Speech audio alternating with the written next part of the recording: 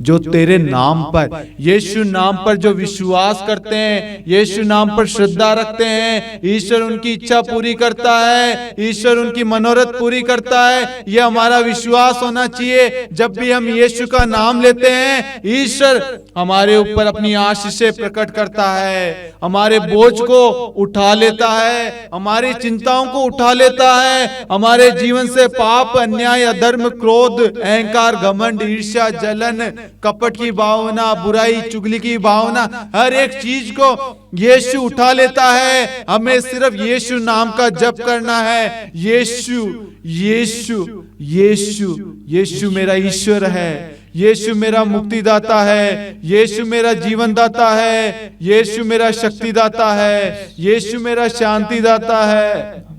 इस तरीके से आप प्रार्थना करते जाए अपने जीवन में। आपको वचन का ज्ञान नहीं होगा, कोई बात नहीं मेरे प्यारे भाई और बहनों, लेकिन आपको यीशु नाम याद आना चाहिए। यीशु नाम को याद कीजिए, अपने हृदय में यीशु को जगह दीजिए। यीशु यीशु यीशु, सुबह शाम यीशु नाम का जप कीजिए। आप अपने घर में प्रार्थना शुरू कीजिए। मैं आपको गारंटी देता हूं, आपके घर में बदलाव आ चुका है। जिस समय आपने प्रार्थना शुरू करी, आपके घर में ईश्वर की आशीषें बहना शुरू हो जाएगी। ईश्वर का सामर्थ्य प्रकट हो चुका है मेरे प्यारे भाई और बहनों, क्योंकि हमने देखा है, हमने जाना है, समझा, उस प्रेम को समझा है, यीशु नाम के महत्व को समझा है मेरे प्यारे भाई और बहनों। आज एग्जाम्पल दूंगा, आज हमारे टीम में किसी व्यक्ति के, किसी भाई के जीवन में कोई परेशानी आती है, हम उस भाई के लिए प्रार्थना करते हैं। आप विश्वास नहीं करेंगे, जब हम यहाँ से प्रार्थना करते हैं, वह वचन जाकर उस भाई के जीवन में कार्य करता है, उस बहन के जीवन में कार्य करता है। इसलिए आज हम सब एक है। प्रार्थना की वजह से आज ये चैनल, ये टीम, सब कुछ एकता के बंधन में है, सब एक साथ है।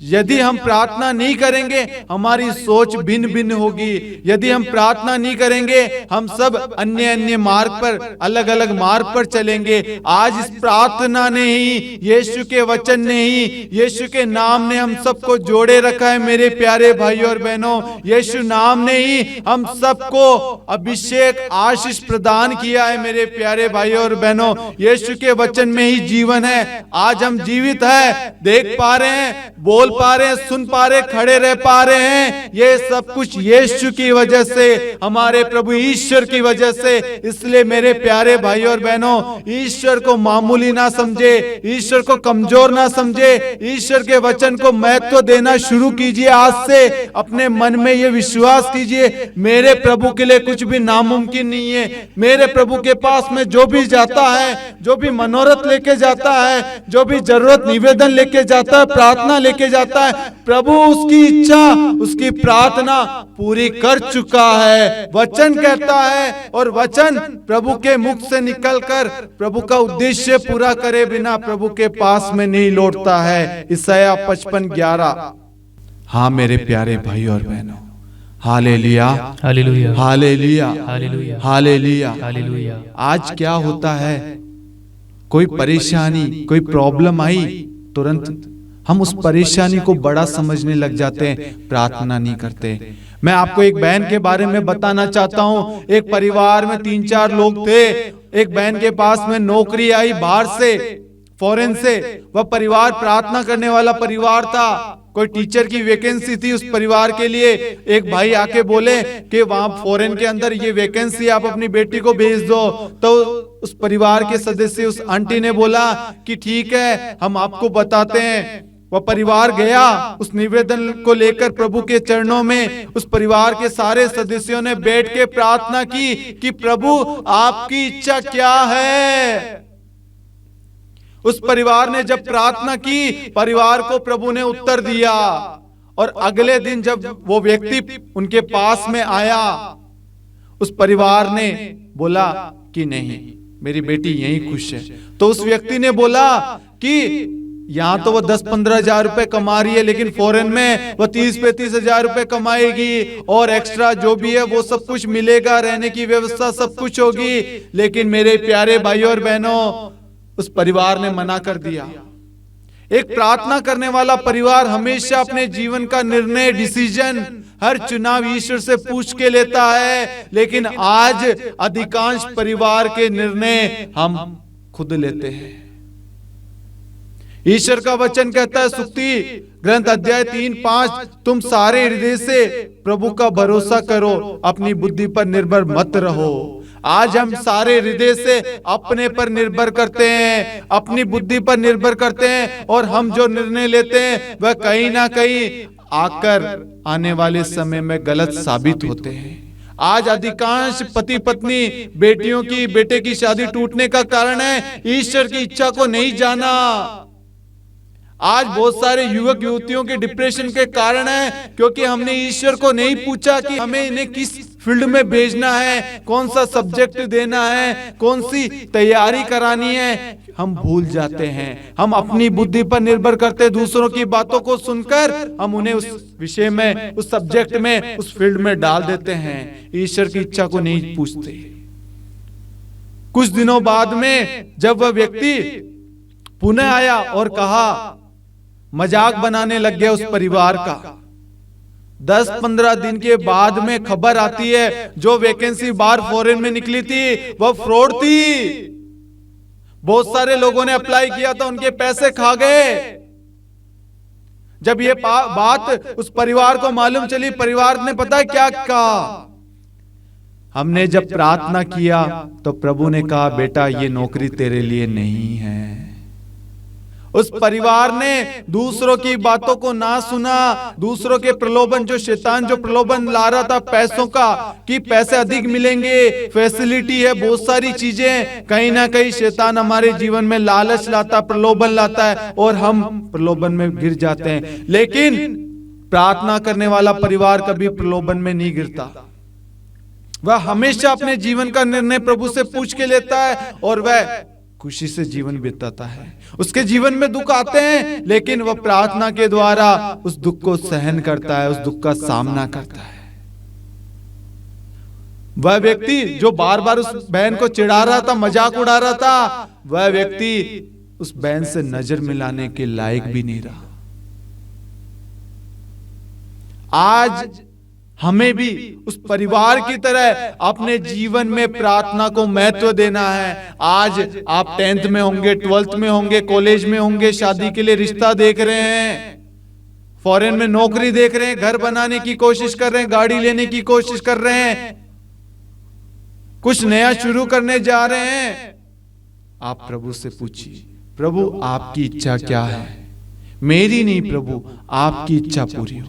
मैं आपको कहूंगा, यदि आपने अपने जीवन में प्रार्थना को प्राथमिकता दी, वचन पर विश्वास किया, अपने जीवन के हर एक डिसीजन ईश्वर से पूछ के लिया, आपका कभी बुरा नहीं होगा।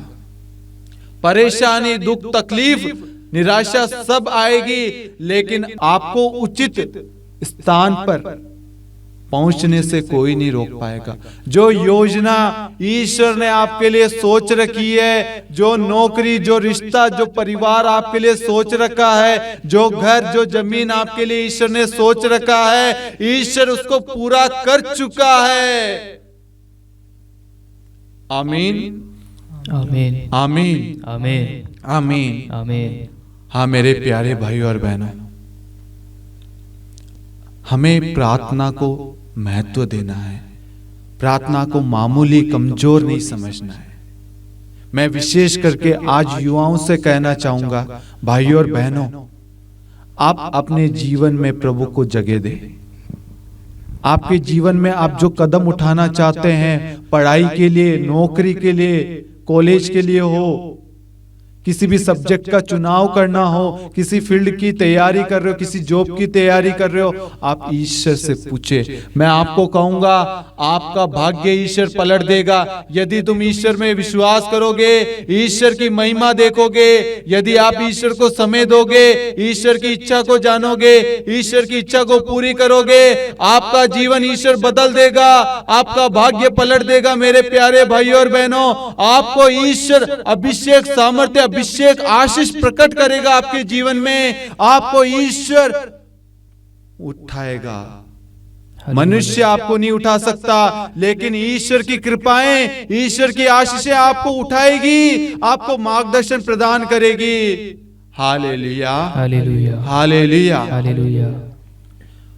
मैं परिवारों को कहना चाहूंगा, परिवार के सदस्यों को, माता पिताओं को, परिवार के सभी सदस्यों को, आप आज से परिवार में प्रार्थना शुरू कीजिए, वचन पढ़ना शुरू कीजिए। आज से निर्णय कीजिए कि कुछ भी हो जाए, मैं पुराने ग्रंथ से लेकर नए विधान तक, उत्पत्ति ग्रंथ से लेकर प्रकाशना ग्रंथ तक, मैं प्रभु के वचन को पढ़ूंगा। चाहे मैं जॉब पे जाऊं नहीं जाऊं, मैं जीवन में कुछ करूं ना करूं, मैं प्रभु के वचन को पढ़ूंगा, क्योंकि प्रभु के वचन में जीवन है, प्रभु के वचन में शांति है, प्रभु के वचन में अभिषेक है। प्रभु का वचन हमें मार्गदर्शन करता है, हमारे परिवार को एक रखता है, हमारे घर को जोड़े रखता है, हमारे रिश्तों को मजबूत रखता है, हर शैतानी शक्तियों को हमारे जीवन से दूर रखता है, हर बीमारियों को हमारे घरों से दूर रखता है। इसलिए आज से मैं प्रभु के वचन को पढ़ूंगा, प्रभु के वचन को अपने जीवन में महत्व दूंगा, ताकि मैं और मेरा घराना, मेरा परिवार आशीष पाए, ईश्वर में बना रहे। Hallelujah, hallelujah, hallelujah, hallelujah, hallelujah, hallelujah. मेरे प्यारे भाइयों और बहनों, वचन में सच में आनंद है, वचन में शक्ति है, वचन में प्रेम है। जब हम टूटते हैं, निराश होते हैं, जब हमारा कोई भी साथ नहीं देता, हमें समझ में नहीं आता कि क्या करूं, उसने मुझे धोखा दे दिया, उसने मुझे लूट लिया, उसने मेरे साथ में ऐसा किया, मैं कहूंगा उस वक्त मनुष्य के शब्द काम में नहीं आएंगे। प्रभु का वचन आपके जीवन में कार्य करेगा। प्रभु का वचन आपको सामर्थ्य, बल प्रदान करेगा। आपके अंदर जो अकेलेपन, जो कमी है, जो आप सोचो मेरे साथ कोई नहीं है, प्रभु आपको अपने सीने से लगाएगा, अपने प्रेम से भरेगा। आज बहुत सारे युवक युवतियां हैं जो बॉयफ्रेंड गर्लफ्रेंड है, उनके रिश्ते टूट जाते हैं। एक गर्लफ्रेंड के 3-4 रिलेशन, एक बॉयफ्रेंड के 3-4 रिलेशन। मैं आपको कहूंगा, आप ईश्वर को अपना जीवन दे दीजिए, अपने पवित्र मंदिर को, ईश्वर के मंदिर को अपवित्र मत कीजिए। आज ईश्वर चाहता है, बेटा और बेटी तुम मेरे पास आओ, मैं तुम्हें विश्राम दूंगा। आज से आप अपने जीवन को ईश्वर को सौंप दीजिए, ईश्वर को समर्पित कर दीजिए, ताकि ईश्वर ने जो आपके लिए सुयोग्य जीवन साथी चुन रखा है, समय आने पर ईश्वर उसे पूरा करेगा। Hallelujah, hallelujah, hallelujah, hallelujah. आज शैतान हम सब युवाओं के जीवन में बहुत अधिक कार्य कर रहा है, उन्हें प्रलोभन दे रहा है। पोर्नोग्राफी, मोबाइल के अंदर अडल्ट चैट, गंदगी, गंदी गंदी बातें, बहुत सारी अश्लील बातें, वीडियो, फोटोस, एक दूसरे के नग्न इमेजेस हम शेयर कर रहे हैं, वीडियो शेयर कर रहे हैं, और एक दूसरे को ब्लैकमेल, तरह तरह की चीजें चल रही है। मेरे प्यारे भाइयों और बहनों, शैतान आज युवाओं को पकड़ रखा है, जकड़े हुए हैं, क्योंकि उसे मालूम है युवा आज की कलीसिया है। अगर हम ईश्वर के वचन से उन्हें दूर रखेंगे, वह अपना जीवन नष्ट करेंगे, वह ईश्वर की आशीषों से वंचित हो जाएगा। इसलिए मेरे प्यारे भाइयों और बहनों, आप शैतान के किसी भी चाल को, किसी भी षड्यंत्र को बढ़ावा ना दे। आज इसी वक्त 1 यूहन्ना 1:7 की अनंत योग्यता से अपने आप को यीशु के लहू के बाड़े में ढक लीजिए, अपने गुनाहों को स्वीकार कीजिए, अपने पाप में जीवन को त्याग दीजिए, एक नया जीवन ग्रहण कीजिए। प्रभु का वचन कहता है 1 यूहन्ना 1:7, ईसा मसीह का रक्त हमें हर पाप से शुद्ध करता है, चाहे आपके पाप सिंदूर की तरह कितने भी लाल क्यों नहीं हो, प्रभु उसे हिम के समान श्वेत बना देगा। आमीन। आप अपने आप को ये ना समझे कि मेरे पाप बहुत ज्यादा है, कि मेरे पाप, मैंने बहुत गलत किया, मैंने अपने पवित्र मंदिर को अपवित्र किया है। मेरे प्यारे भाई और बहनों, नहीं, प्रभु आपको पुकार रहा है, प्रभु आपको बुला रहा है। आपके लिए प्रभु के पास में एक योजना है, आपके लिए प्रभु के पास में एक नया निर्णय है, एक बात है प्रभु के हृदय में।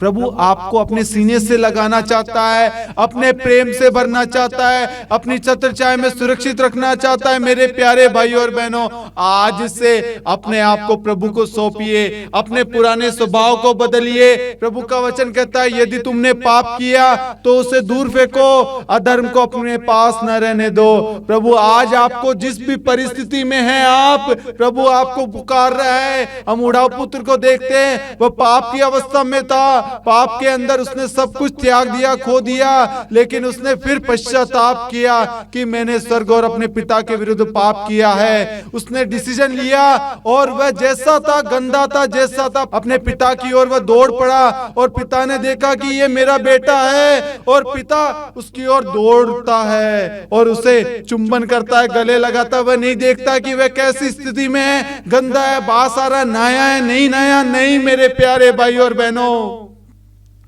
प्रभु आपको आपकी उस अवस्था में, जिस भी स्थिति में है, जिस भी पाप में, प्रभु आपको स्वीकार कर रहा है। क्योंकि प्रभु का वचन कहता है, 99 की अपेक्षा एक पश्चातापी पापी के लिए स्वर्ग में अधिक आनंद मनाया जाएगा। संत पौलुस कहता है, मैं पापियों में सबसे बड़ा पापी मैं हूं। आज हमें अपने आप को, अपने पापों को स्वीकार करना है और कहना है, प्रभु मैंने आपके विरुद्ध, अपने परिवार के विरुद्ध पाप किया है, मैं अपने पापों को स्वीकार करता हूं। आज से मैं फिर कभी पाप नहीं करूंगा, मुझे अपने सीने से लगाइए। प्रभु तुरंत स्वर्ग से आपके पास आएगा, अपने सीने से लगाएगा, अपने प्रेम से भरेगा। प्रभु की शांति आपके जीवन में आएगी। आपके जीवन में जो भी कमियां थी, जो भी दुख था, तकलीफ था, जो भी आप अपने आप को डिप्रेशन में थे, आपको लग रहा था कि उसने मेरे साथ ऐसा किया, उसने ऐसा किया, धोखा दिया, लेकिन सारे दुख दर्द प्रभु यीशु उसी वक्त प्रभु